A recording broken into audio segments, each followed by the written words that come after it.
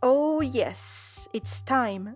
It's time for me to talk your ears off about foxes for the next, I don't know, 40 minutes. So, anyway, last time we covered North and South America, and what did we learn? That for every cunning and clever trickster, there was a gullible, outwitted victim. Very fascinating. So, for this video, we'll be covering the European continent, and we'll see what we can find. Okay, no more stalling. Let's begin. We're starting off with a good one. Are you familiar with the game Little Misfortune? Published in 2019, Little Misfortune is a cute, fun game by Swedish studio Kill Monday Games. And I know what you're thinking. Ugh, really? We're bringing video games into this? Well, yes, but don't worry. There will be plenty of foxes from books and legends later on. And I know what else you're thinking. If you're adding modern foxes, why didn't you talk about Nick Wilde from Zootopia or other Disney movies? Yes, okay, I get it. I am still kicking myself for not talking about The Fox and the Hound, which is based on an American novel, with a slightly different but still relevant plot. But let's get back to topic. Little Misfortune tells the story of a girl whose actual name is Misfortune. Maybe because bad things always happen to her, or around her. In any case, she is coerced into playing a game by an imaginary friend, who isn't all that imaginary, and doesn't have the best of intentions. Innocent Misfortune is led into dangerous situations, like leaving her house to dig in a pet cemetery, or going to a wolf's cage to pet it. Enter Benjamin Johannelius Red Fox, a guardian spirit sent to our world to save victims from these imaginary boys, which is actually a parasite that feeds off of them. What I like about Benjamin is that he expresses in his diary that he is nervous and scared of the parasite, and yet, he bravely takes on his duties to save the child victims very seriously. As Misfortune would say, I like that in a fox. You don't always see foxes in the benevolent guardian role, so Benjamin is a breath of fresh air. Thus, I am proud to place our first fox right here on the chart. Up next, we have a popular book series, which you might be familiar with. The Animals of Farthing Wood was published in 1979 in the UK by Colin Dan. It was later adapted for television in the 1990s. And if you're not familiar with the series, it's very simple. Many animals called Farthing Wood their home, but humans started encroaching more and more, taking their land to build suburbs. Concerned, the animals elect a leader that would guide them to a new home. They select Fox. Yes, that is his name. Then all the animals make an oath to not hurt each other until they reach this new home. Fox is a rational but considerate leader, listening to everyone's grievances and suggestions, and feeling genuine remorse when they lose some animals along the way. Fox also demonstrates great cunning, like in Book 2 of the series. The warden of White Deer Park, their new home, falls ill, which poachers take advantage of by trespassing, hoping to shoot a herd of white deer. Fox comes up with a plan. He gets the poachers to chase them all around the park, making them angrier and angrier. Then, he leads them straight to the warden's cabin, where they are caught and arrested. This fox lives up to the title of Clever Trickster, with the added bonus of being a dedicated and caring leader.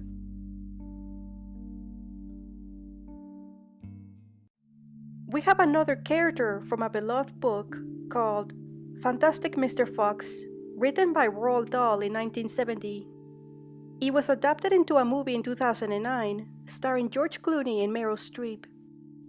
The book tells the story of Mr. Fox, who lives in a burrow with his wife and 4 children. In order to keep his large family fed, Mr. Fox steals from 3 farmers. These farmers despise Mr. Fox and attempt to kill him many times, but thankfully they always fail. Furious, the trio promise to never return home to their farms until Mr. Fox is dead, and camp out next to the burrow's entrance, ready to shoot anything that moves. The Fox family moves deeper underground, but with the farmers there, they can't leave to get food. A desperate Mr. Fox has an idea. Working from memory, he digs tunnels leading into the farmers' storehouses, chicken coops, and cellars, and steals from them directly. Everyone cheers and the book ends, but not before mentioning that the three farmers were still there, waiting for the foxes to come out. The movie has a few added plot lines, but at its core, it's still the same. So without a shadow of a doubt, Fantastic Mr. Fox deserves a VIP spot in the Clever Trickster category. Up next is a history lesson. Well, kinda. Everyone is familiar with Goldilocks and the three bears, right? Yeah, you know, little blonde-haired girl trespasses, eats the bear's food, tries their furniture, so on and so on. However, this was not the original version of the story. The girl was not named Goldilocks until 1904. And until 1860, she was a silver-haired girl named Silverhair. And the changes keep going. Prior to 1837, the silver-haired girl was actually an old woman. Maybe that's where the silver hair comes from, I don't know. And at this point, the three bears are all male, called Small, Medium, and Large Bear. In 1831, Eleanor Muir wrote the earliest version.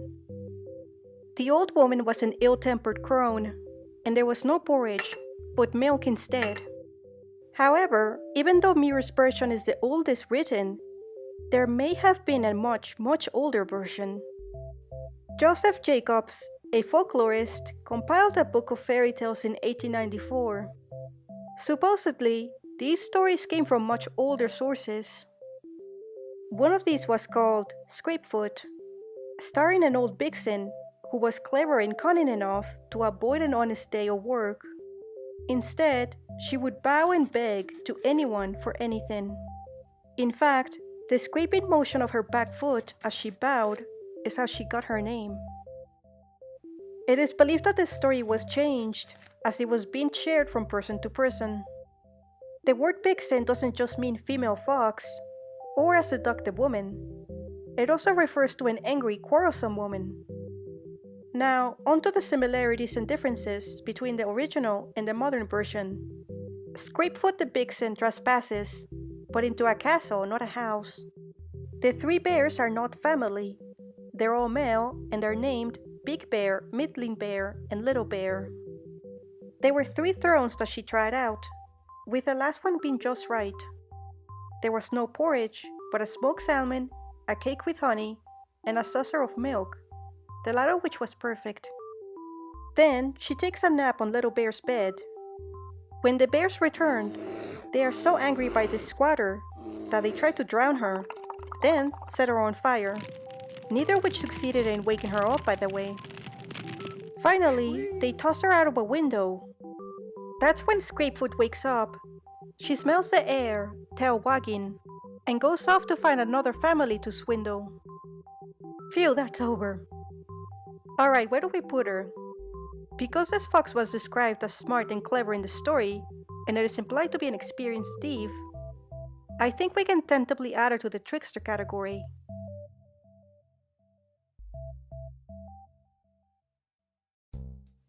Up next is a fox many of us are very familiar with, especially if you grew up watching Disney. No, not that one. I'm talking about this fellow here. In the book, he is simply called the Fox, while in the movie, he is known as J. Worthington Foulfellow or Honest John. The story of Pinocchio was written in 1883 by Carlo Collodi in Italy. It tells the story about a living puppet who, after many trials and lessons, becomes a real boy. The fox, along with his partner in crime, the cat, go around town pretending to be lame and blind respectively, so they can swindle sympathetic people out of their money. They succeed in tricking a very naive Pinocchio again and again, robbing him out of his money, which Pinocchio was planning to use to help out his father Geppetto. Later on, Pinocchio, now much wiser and responsible, runs into the pair again. The cat is now actually blind, and the fox is now actually lame, nearly hairless, and has cut off his own tail for money to afford food. The two animals beg Pinocchio for help, but are turned away. It is unknown what happened to them afterwards. Honest John and Gideon, the movie's counterparts, suffer no consequences for tricking and practically kidnapping Pinocchio, except allegedly, an earlier script for the film had Honest John and Gideon been arrested on screen, as the two would have attempted to swindle Pinocchio a third time. The scene was presumably cut due to cost or pace issues. Regardless, since we're basing this mostly on the book, we're going to put a check on Outfoxed Fox for this one. Our next entry was difficult to place in a timeline, so we tried our best. It is the Kuma Lisa from Bulgarian and Russian folklore. There is no definitive writer who originated the Kuma Lisa stories, as they have been prominent in folktales many years before being written down. But after digging around in Russian websites and a lot of work in Google Translate, we can conclude that one version of the Kuma Lisa, known as Lisa Patukivna, was recorded by folklorist Alexander Nikolaevich Afasnasyev sometime between 1855 and 1867. And I couldn't find anything else earlier than that, unfortunately. But in any case, who or what is the Kuma Lisa? Kuma Lisa is translated as Godmother Fox. She is usually portrayed as an anthropomorphic female fox. More often than not, she is depicted as a symbol of cunning, ingenuity, and treachery, though occasionally she does get outwitted from time to time. Her stories often involve a dim-witted, and sometimes evil wolf as a victim of her tricks, and she often pretends to be dead or sick so she can steal food. Or she pretends to be friendly to prey animals, only to eat them when their defenses are down. The Russian version of the Kuma Lisa, Lisa Patukivna, is named after the Lithuanian prince Patrikas, who was known for his cunning mind. And so, without a doubt, the Kuma Lisa has earned a spot in the category of Clever Trickster. I'd like to take a moment to point out that if you ever use the word Shenanigans, you might have just used a Trickster Fox term. No, really, I'm serious. Shenanigans is defined as a deceitful trick, or mischief causing discomfort or annoyance. The word has been in use since 1850. However, I have to admit, the origins of the word are hard to pinpoint. It may come from the French phrase "se manigens," meaning fraudulent schemes, or from the Rhine-Franconian "shinnegain," meaning to work hard. However, a very plausible theory is that it came from the Irish word this, which Wiktionary translates it to as "I play the fox." Like I said, there's no confirmation on its origin, but I do think it's neat that a word related to trickery or mischief may have ties to perceived fox behavior. Now we head over to Denmark for a folktale that we all heard as kids. Henny Penny, or as it's known in the US, Chicken Little. The story was shared from person to person for many years before a Danish scholar, Just Matthias Steele, published it in a collection of tales in 1823. If you've never heard of this story, it's very simple. Henny Penny the chicken was sleeping under a tree when an acorn fell and hit her right on the head. She wakes up in alarm and realizes the sky is falling. So off she goes to warn the king. On the way, she meets other birds, like Cocky Locky, Ducky Lucky, Turkey Lurkey, and Goosey Lucy. Henny Penny cries to each animal that the sky is falling, scaring everybody else too. And so, all the animals go together to warn the king. But then, they meet Foxy Loxy, who tells the panicked birds that he knows a shortcut through the woods. The naive animals follow him to his den. And of course, Foxy Loxy devours each bird, one by one, even Henny Penny. This fox enjoyed a 5-course dinner, thanks to his quick thinking, and the naivety of his victims. You know, typical trickster. The next entry is a compilation of stories published between 1812 and 1857 in Germany. I am talking about, of course, the Brothers Grimm, and thanks to the internet, we can easily read through most of their collected works. So, what kind of foxes can we find? The first story is called The Wolf and the Fox. In this one, a wolf bullies a fox to find him food, otherwise the wolf would eat the fox. Thinking quickly, the fox has the wolf follow him to a farmhouse's cellar, where a family kept a lot of smoked meats. The two sneak through a hole in a wall and have a good meal. However, between bites, the fox squeezes through the cellar's hole to make sure that he can still go through it. When the wolf asks about it, the fox lies and says he is just keeping a lookout. The wolf shrugs off this behavior and eats until he is round and clumsy. The farmer discovers the pair, and the fox very quickly squeezes through the hole and escapes. But the wolf, who had gotten so fat, got stuck and was caught and killed by the farmer. Finally, there's the story of the fox and the horse. Here, an old horse is driven out by his master and told that the only way he would care after the old animal was if it dragged a lion back to the farm. The poor sad horse encounters a fox, who agrees to help. He tells the horse to pretend to be dead.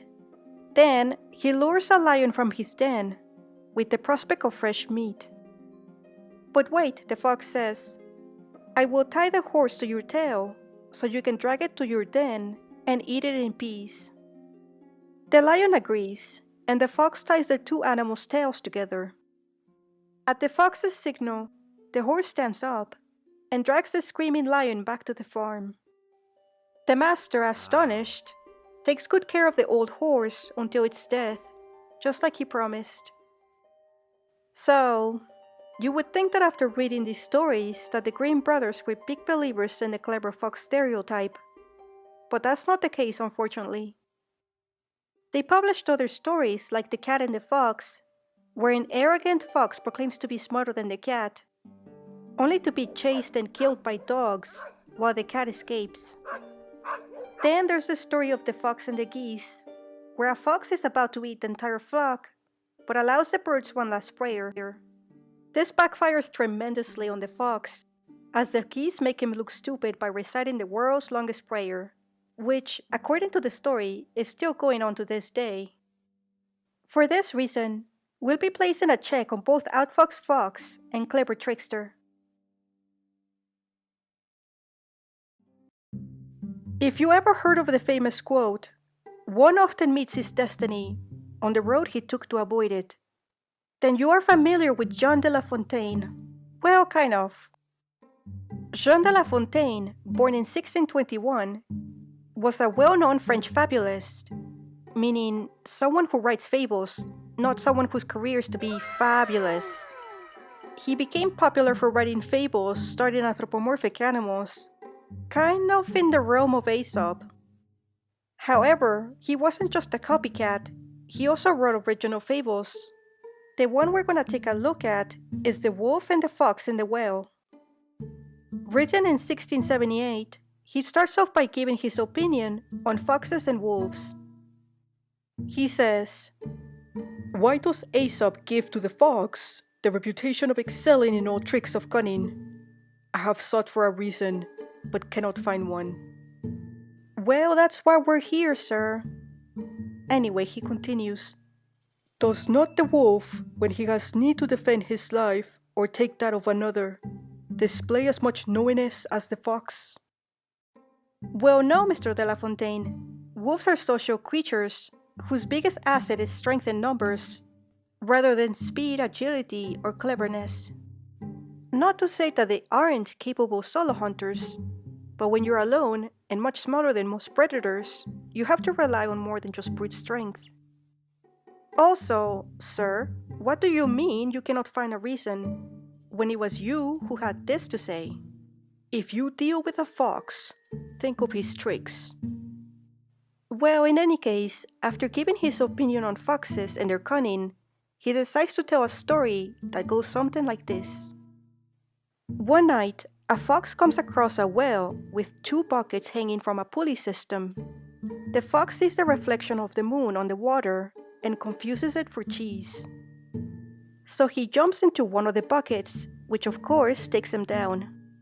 Once he realizes that it's just a reflection, he is devastated to find that he cannot get out of the well now. 2 days go by, and the fox, hungry and in despair, believes his end is near. But just then, a thirsty wolf pokes his head into the well. The fox thinks quickly and calls out to the wolf, telling him that he has found his cheese. And after taking a large chunk of it, the fox is now full, so the wolf can have the rest. Static, the wolf jumps into the other bucket, which brings the fox back up to the surface. But this just means the wolf is now stuck inside the well, where he would remain until he meets his end. De La Fontaine then mentions that we must not laugh at the call of a wolf, because we too have trusted blindly only to be taken advantage of. So let me paint the picture. It is the end of the Middle Ages. Human expansion is an all-time high with the discovery of the New World. The Catholic Church's power skyrocketed, and religious leaders who strayed a bit from the true gospel were deemed heretics and were, taken care of. One of these groups of heretics that were persecuted were the Lollards, who were followers of John Wycliffe around 14th century England. But before we can continue with the Lollards, let's make a quick detour to talk about bestiaries. Bestiaries are basically old encyclopedias about animals, both real and fictional. They are beautifully illustrated, but not always scientifically accurate. Their main purpose was to demonstrate moral or religious lessons, assigning rules for each animal. Sometimes, the animals symbolized behavior that the church did not want people to emulate. For example, cats were associated with vanity and witchcraft, snakes symbolized evil, and foxes, well, they represented willingness and fraudulent behavior. Oh wait, but there's more. Religious commentary was also depicted in Misericords. And what are those? Misericords are basically decoration of wood carvings that you can sometimes see on stands or benches used for prayers, mostly in churches or cathedrals. Here's one, for example, showing a fox dressed as a monk or priest, preaching to a flock of birds, luring them closer and closer until he is able to snatch a goose to eat. The moral is quite simple. False teachers seduce foolish people, and must be avoided at all costs. The funny thing is that the Catholic Church often placed a fox as a preacher in order to insult heretics, specifically the Lollards. The Lollards were seen as a threat, and what better way to convince people of their supposed deceit than by portraying them as foxes, the most treacherous animal of them all. Now this one's a bit different. Coming from Iceland, we have the Brunnmigi, meaning he that pisses in a well. This is an entity that is dangerous at best and deadly at worst. They are described as either abnormally large foxes, up to the size of a horse, or a fox humanoid monster. Either way, according to old folktales, they are infamous for defiling fresh water and wells by urinating in them, contaminating water so that it tastes metallic, thus making it not just undrinkable, but dangerous too, as both humans and animals would grow sick and possibly die. Brunnmigis were first recorded in the Icelandic Prose Edda around the 13th century. It is the fullest, most detailed source of Norse mythology that we have today. Oh, but that's not all. Brunnmigi is also a cunning for foxes. What is a cunning, you ask?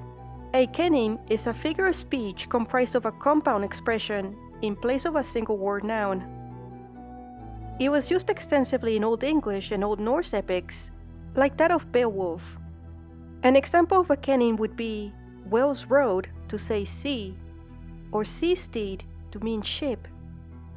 We sometimes use cannings in modern times too, like when we call music ear candy, or when we say ankle biter when talking about a child. And so, back in the day, Will Pisser was just another name for our favorite misunderstood critter. Oh, and would you look at that? Due to how dangerous and despised the Brunnmigi were, I think we have the very first fox in the evil entity category. The next entry is coming from both a language and a folklore perspective. First, let's go over the language part. In Old Finnish, the word for fox was repo. Nowadays, this word is only used for poetic or literary purposes. But never mind that. The genitive case for repo is rebon. Essentially, the first means fox, while the second means of the fox. We will come back to this in a moment. The Finnish word for fire is tuli, with its plural form being tulet. Thus, you have the compound word tulirepo, or foxfire, and Revontulet, meaning fires of the fox. Eventually, when the language modernized, the word for fox changed to ketu, while tuli stayed the same. So you have Tulikettu, tulirepo, and Revontulet, more or less meaning the same thing, foxfire. But why is that important, and what exactly is foxfire? Well, you see, foxfire is the Finnish word for the aurora borealis, aka the northern lights. It was believed that mystical Arctic foxes would run over the snow-covered lands, and as their big fluffy tails swept the ground, they would scatter snowflakes into the sky, reflecting moonlight and starlight. These mystical Arctic foxes were said to be very auspicious creatures, as the light trails they produce can lead those who are lost back home. For these reasons, we will place the Finnish foxes into the good omen category. Good on you, Finnish foxes! Up next, we have exactly what everyone's been waiting for. Ladies and gentlemen, the medieval folk hero and the OG trickster, Reynard the Fox. Clever Trickster, put him on there. Nice, okay, let's move on. Just kidding, even if it's pretty obvious on where he belongs, we're gonna see this until the end. The problem is, there is so much information about Reynard, it could very well be its own separate video, but I'll condense it as much as I can without, losing anything important. So strap on and get ready, this ride is about to get bumpy. It all began with Aesop's fables, more on that later. These fables, also called beast fables, are essentially animal stories with a moral or a lesson. They were then translated into Latin and turned into verse poems by Phaedrus. These poems spread far and wide in the European continent. Soon after, beast fables exploded in popularity, and the oldest surviving beast fable happens to be the Ecbasis Captivi, which we will also get into soon enough. This ancient fable inspired the poem that we're looking at now, Isengrimus, written in 1148 by Nivardus, in what is now present-day Belgium. This Latin poem marks the first use of the names Reynardus and Isengrimus for the fox and the wolf characters respectively. Interestingly though, the poem is not focused on Reynardus, but on his victim, Isengrimus the wolf. So what is the poem about?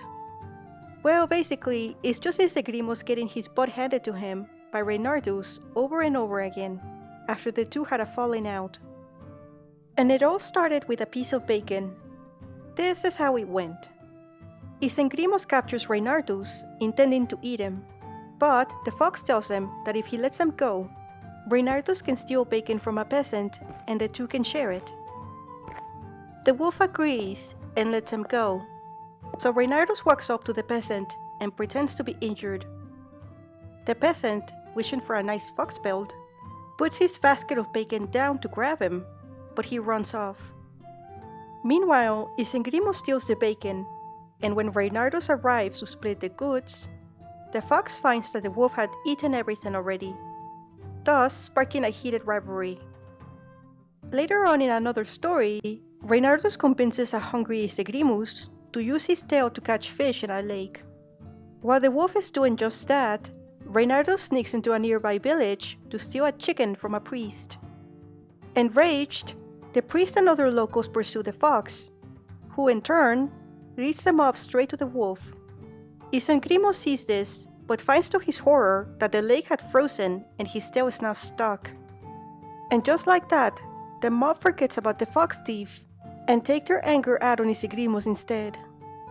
Again and again, the fox makes a fool out of the wolf. And yet, Isengrimo isn't always a guiltless victim. Back in the Middle Ages, wolves often represented greed, and it is in fact his greedy hunger that often gets him into trouble.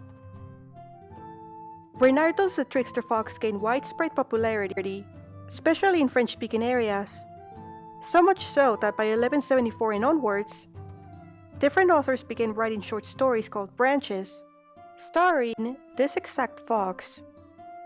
The oldest branches are credited to Pierre de Saint Cloud and Richard de Lisson. This collection was written in Old French and later came to be known as Le Roman de Renard, or the Romance of Renard. The word romance cannot be confused with the feeling of love. Rather, it's referring to French being a Romance language. But anyway, this type of fiction was used to tell the life and adventures of a specific character. As mentioned previously, there have been multiple writers using the same character. Therefore, there are multiple spellings of the same name. So let's see here. The Old French Renard gave way to the modern French Renard with a D. The German name Reginhard became Reynard in Middle Dutch, which later became Reynard, Reinhard, the modern English Reynard, and my personal favorite, Reineke. But enough about that. What can we say about Reynard the Trickster and his counterpart, Isengrim the Wolf? Well, just like in Isengrimus, this literary cycle features anthropomorphic animals. Reynard the Fox is mischievous and cunning. However, his character is complex, as he ranges from being a good devil righting wrongs to acting like a lecherous rascal. How so? Well, Isengrim's wife, Lady Horsant the Wolf, is having an affair with Reynard. But to make matters worse, Isengrim is Reynard's uncle. So yeah. But anyway, the Reynard cycle was meant to satirize aristocracy and the corrupt clergy, putting Reynard in positions that draw sympathy from the working poor, thus making him a peasant hero. Oh, and here's a cool fact. As this folklore hero gained more popularity in French-speaking areas, the name Reynard ended up replacing the Latin-based word cupil to mean fox. Well, in any case, Reynard had such an impact on European culture that he was adapted, quoted, referenced, and reimagined in many forms of art throughout time. It is also believed that Reynard may have inspired Disney to produce the Robin Hood animated film, and more importantly, to turn the titular character into a fox. Oh my gosh, that was a long entry. Are you still with me here? Okay. Well, we're going to place Reynard the Fox and all his variants in the Clever Trickster category, to absolutely no one's surprise. This one, just like the Brunnmigi, is a different kind of worms we will definitely have fun opening. And, also like the Brunnmigi, this next creature is a hybrid monster. Behold, the Skuggabaldur, a terrifying creature from Icelandic folklore. And what is that, you may be asking? A Skuggabaldur is a hybrid produced when a tomcat and a vixen mate.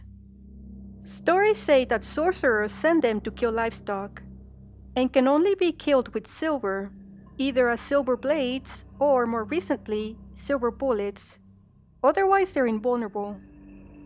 And it's important to know how to kill them, as Skuggabaldur are strong enough to take down a grown man. There's this famous story about a Skuggabaldur that was causing so much mayhem and destruction that a mob of men from all over vowed to kill it. Once cornered, the creature turned to the leader of the mob and said, "Tell the cat at the inn that Skuggabaldur was killed." All the men were puzzled for a second, but ended the creature with their silver blades. When the leader of the mob went to spend the night at the nearby inn, he saw an old tomcat watching him. The man repeated what the Skuggabaldur had said, but the words were barely out of his mouth when the cat leapt at him, sinking his teeth and claws into his neck. The other patrons at the inn tried to remove the critter, but to no avail. Having no other choice, they cut the animal's head off, but by then, the man was already dead. This next part might sound random, but trust me, it isn't. You heard of hybrid creatures like Likers and Tigons, right? And how they require specific combination of parents. A Skuggabaldur is the offspring of a male cat and a vixen. But what do you get if you cross a male fox with a female cat? A Skoffin. It sounds like a Pokemon, doesn't it? According to the legends, because Skoffins are born to cat mothers, they are easier to spot by humans, and so they're snuffed out as soon as they're born. Thus, Skoffins are rarer than Skuggabaldur, who of course are born in the wild. But Skoffins are no less dangerous. It is said that their gaze is like a basilisk's, which can kill with just one look. Skoffin can also only be killed with silver, or using a mirror to turn its gaze back to it. And yes, I get it, they're only half foxes, but I think it still counts. And due to how dangerous they are, I will let these hybrids keep the Brunnmigi company in the evil entity category. Up next, we have a fable called The Partridge and the Fox by French monk and poet Adhémar de Chabannes. The fable was written in Latin in the early 11th century CE, and it may have been the inspiration for the more common fable Chanticleer and the Fox. The two stories are virtually the same, except the original has a partridge instead of a rooster.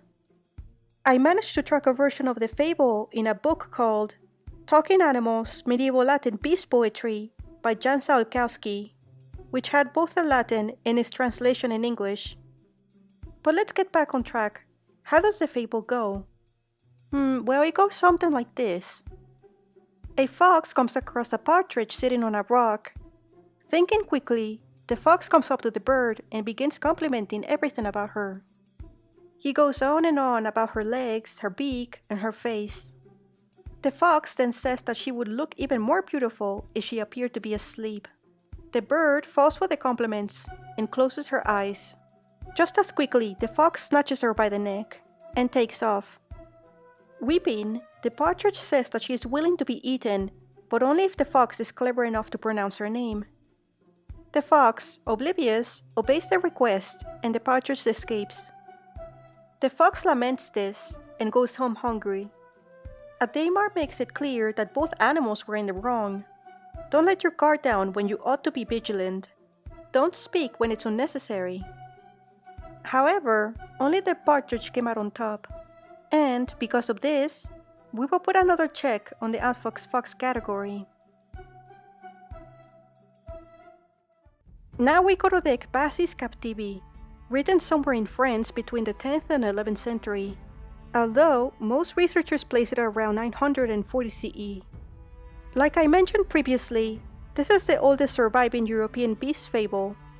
It also establishes the long-standing rivalry between the wolf and the fox, and the reason as to why they are enemies. The Ecbasis Captivi revolves around telling a story within a story, and it goes something like this. A wolf catches a calf around Easter and brings it to his den. He decides to eat it later and goes to sleep. He then has a dream, warning him not to eat the calf or there'll be consequences. Which brings us to the second story. In it, there was a lion, king of the beasts, who falls ill. All the animals in the kingdom show up for support and to suggest a cure for the lion's sickness.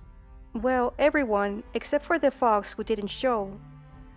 The wolf, seeing an opportunity, suggests that the fox be found and hanged for treason.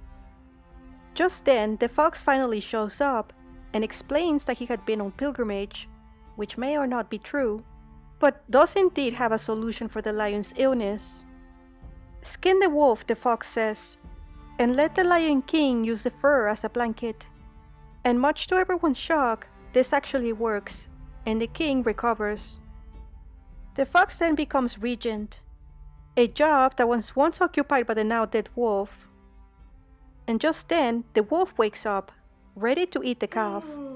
But just as he's about to do this, a group of animals led by the fox comes to the baby cow's rescue. It's actually quite a gruesome story. The wolf is lured out of his den by the fox, and as he steps out, he is gored by a bull, and the story ends with the fox writing a funeral epitaph for the wolf. Well, while it's true that the fox in the dream was quick on his feet and turned the king against the wolf, the other fox, the one in the real world, didn't really do much to earn the title of trickster. I mean, if anything, the fox from the dream seemed like a prophetic nightmare. And with all these things in mind, I think we can finally add a check to Bad Omen. We finally come to the end of the video with our oldest entry for this continent. We have none other than Aesop's Fables, which I'm sure you all saw coming. Many of you probably believe that Aesop was a real person, who often traveled around ancient Europe telling his tales of wisdom and gaining notoriety as one heck of a storyteller. But the truth is, Aesop may not have really existed.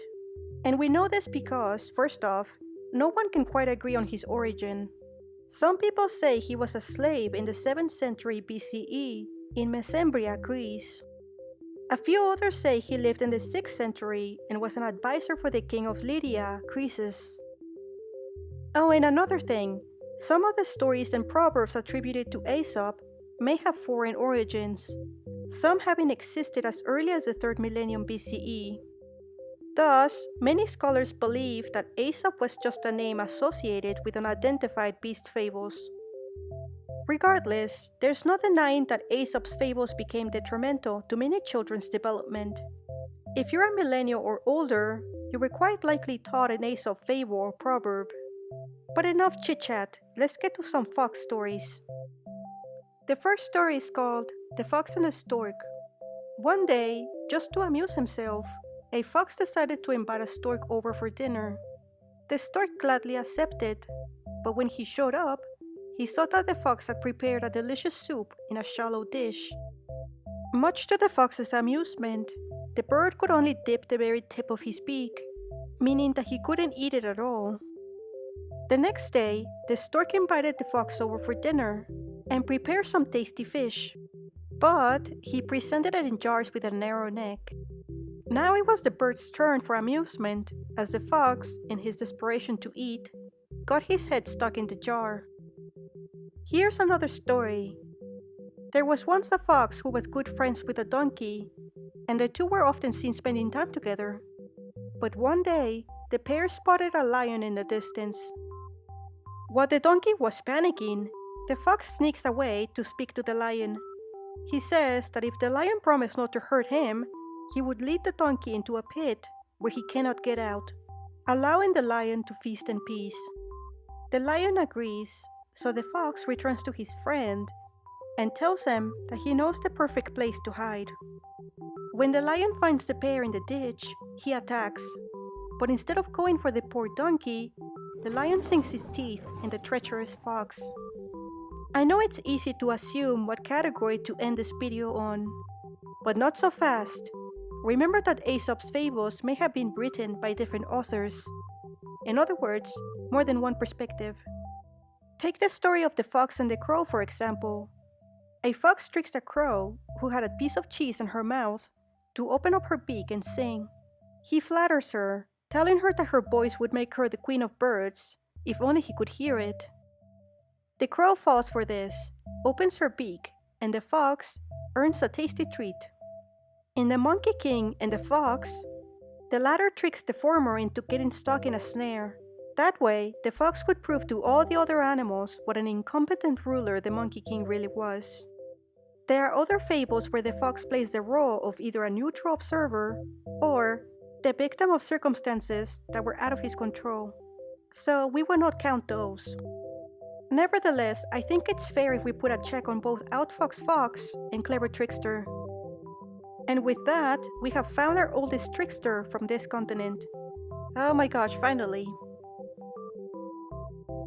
Overall, European fox archetypes turn out to be exactly what I expected, ranging from cunning, smooth-talking leads to devious charlatans who get their comeuppance in the end.